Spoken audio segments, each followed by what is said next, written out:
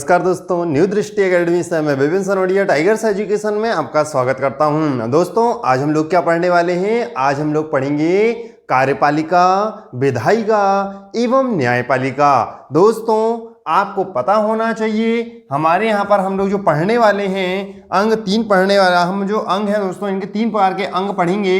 तो वो कौन कौन से होंगे? सबसे पहले अब मैं आपको बता दूं कि मैं आपको पढ़ाऊंगा सबसे पहले क्या दोस्तों? कार्यपालिका। क्या पढ़ाऊंगा दोस्तों? कार्यपालिका के बारे में। दोस्तों आपको पता है कार्यपालिका के बाद क्या आता है हमारे यहाँ पर? तो विधायिका आती है। क्या आता है दोस्तों? विधायिका आता है। लेकिन विधायिका के बाद यदि पूछा जाए तो हमारे पर क्या देखने को मिलेगा आपको? न्यायपालिका देखने को मिलेगा। क्लियर हुआ मेरे दोस्त? तो ध्यान से समझिएगा, कार्यपालिका का मतलब क्या है, विधायिका का मतलब क्या है, न्यायपालिका का मतलब क्या है, मैं आपको बिल्कुल बारीक चीज से पढ़ाऊंगा दोस्तों।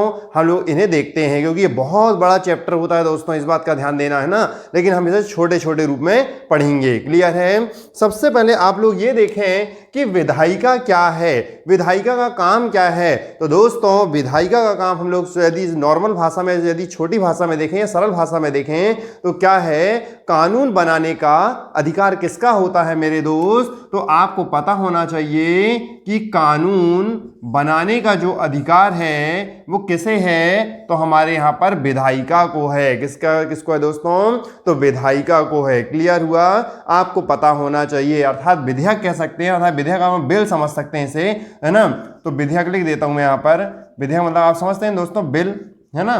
तो ये चीज समझ गए होंगे आप लोग। अब इसके बाद हम लोग बात करते हैं दोस्तों, ध्यान दीजिएगा, कानून बनाने का तो अधिकार है लेकिन दोस्तों कानून को लागू करने का अधिकार किसे है? तो कानून को लागू करने का जो अधिकार है वो किसे हमारे यहाँ पर? कार्यपालिका को है। किसको है दोस्तों? कार्यपालिका को है। क्लियर हुआ?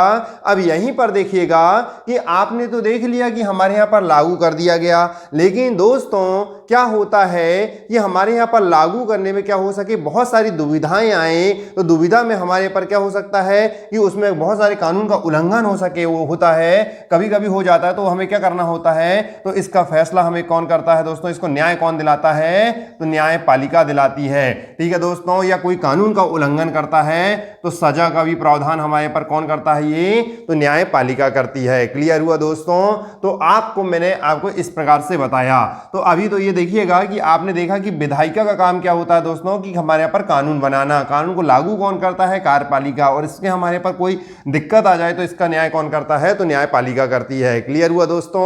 एक चीज आपको समझ में आई। लेकिन हम लोग दोस्तों यहीं पर देखते हैं, अब हम लोग एक एक करके पढ़ने वाले हैं कि कार्यपालिका क्या है, विधायिका क्या है। तो दोस्तों मैं आपको पढ़ाने वाला हूं सबसे पहले कार्यपालिका के बारे में। आप ध्यान से देखिएगा दोस्तों, है ना। तो ये आप लोग इसे ध्यान से देखोगे तो आपको क्वेश्चन में करने में कोई दिक्कत नहीं जाएगी। कार्यपालिका के बारे में ध्यान दीजिएगा। सबसे पहली बात मैं कर रहा हूं। दूसरी बात दोस्तों ध्यान दीजिए, कार्यपालिका आपने देखा कि कार्यपालिका को हमारे यहाँ पर 2 स्तरों में बांटा जाता है। को 2 स्तर कौन कौन से हैं दोस्तों? तो सबसे पहले आप लोग इसे देखिएगा, हम लोग बात करते हैं केंद्र स्तर की, और एक बात करते हैं हम लोग कौन से स्तर की दोस्तों? राज्य स्तर की। तो ध्यान समझिएगा, तो जो केंद्र स्तर है वो कौन सा है और राज्य स्तर क्या है? तो दोस्तों सबसे पहली बात मैं आपको बता दूं कि केंद्र स्तर पर हमारे यहाँ जो केंद्र में, अर्थात आपने देखा होगा कि केंद्र के लिए काम करते हैं, तो वो क्या होते हैं? पूरे भारत में केंद्र के लिए काम करते हैं। जैसे एग्जाम्पल मैं बात करूं दोस्तों, आपने देखा होगा राष्ट्रपति। कौन दोस्तों? राष्ट्रपति। राष्ट्रपति कहाँ का होता है? ये केंद्र के होते हैं। इस बात का ध्यान दीजिएगा। दूसरी बात आप लोगों ने देखा होगा कि हमारे यहाँ कौन? प्रधानमंत्री। तो प्रधानमंत्री भी कहाँ के होते हैं? ये केंद्र के होते हैं दोस्तों। इस प्रकार से राष्ट्रपति बाद, सॉरी मैं आप लोग यहाँ पर प्रधानमंत्री लिख दिया, कोई बात नहीं, क्या रख सकते हैं हम लोग? उपराष्ट्रपति, राष्ट्रपति। क्लियर हुआ दोस्तों? ये सब कहां के मिलेंगे आपको? ये केंद्र के मिलेंगे। लेकिन दोस्तों अब हम बात कर लेते हैं राज्य स्तर की। तो राज्य स्तर में आप लोगों ने क्या क्या देखा होगा? तो राज्य स्तर में हमारे यहाँ पर आपने देखा होगा राज्यपाल। कौन देखा होगा दोस्तों? राज्यपाल, मुख्यमंत्री, है ना, मुख्यमंत्री, मंत्रिमंडल, ठीक है दोस्तों, मंत्रिमंडल, इस प्रकार से हम लोग देख सकते हैं। तो ये राज्य स्तर पर है। क्लियर है दोस्तों।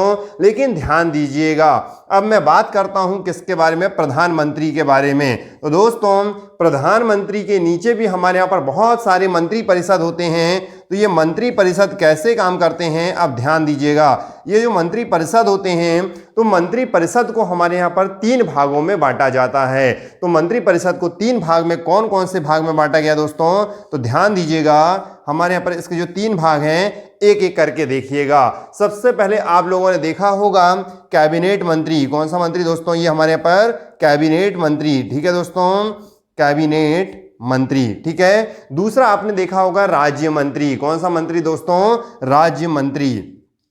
और राज्य मंत्री के बाद आपने देखा होगा उप मंत्री। कौन सा मंत्री दोस्तों, उप मंत्री। क्लियर हुआ।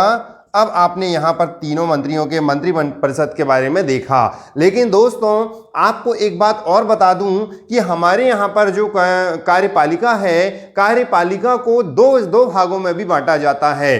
कार्यपालिका को 2 भागों में कैसे सर, तो 2 भाग में इस प्रकार से बांटा जाता है। मैं यहां पर बता देता हूं आपको, कार्यपालिका को 2 भागों में बांटा गया।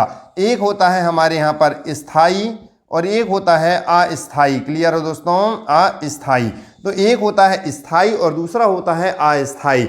स्थाई का मतलब क्या होता है कि वे, है ना, तो वे अधिकारी या वे इसमें अधिकारी पद दिए जाते हैं। इनमें हमारे पर दोस्तों 62 वर्ष तक हमारे पर उम्र तक वो क्या करेंगे, हम वहां पर सेवा देंगे। जैसे आपने IAS का नाम सुना होगा, IPS का नाम सुना होगा, तो हमारे इस प्रकार के यहाँ ये तो कार्यपालिका के स्थायी सदस्य हैं। क्लियर हुआ दोस्तों।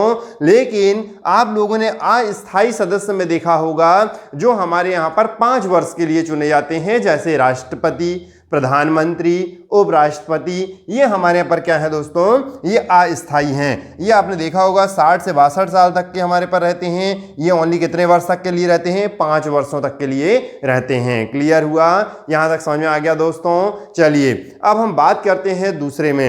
अब हम दोस्तों आपको ये मैंने कार्यपालिका समझा दिया, लेकिन अब मैं बात करने वाला हूं विधायिका की।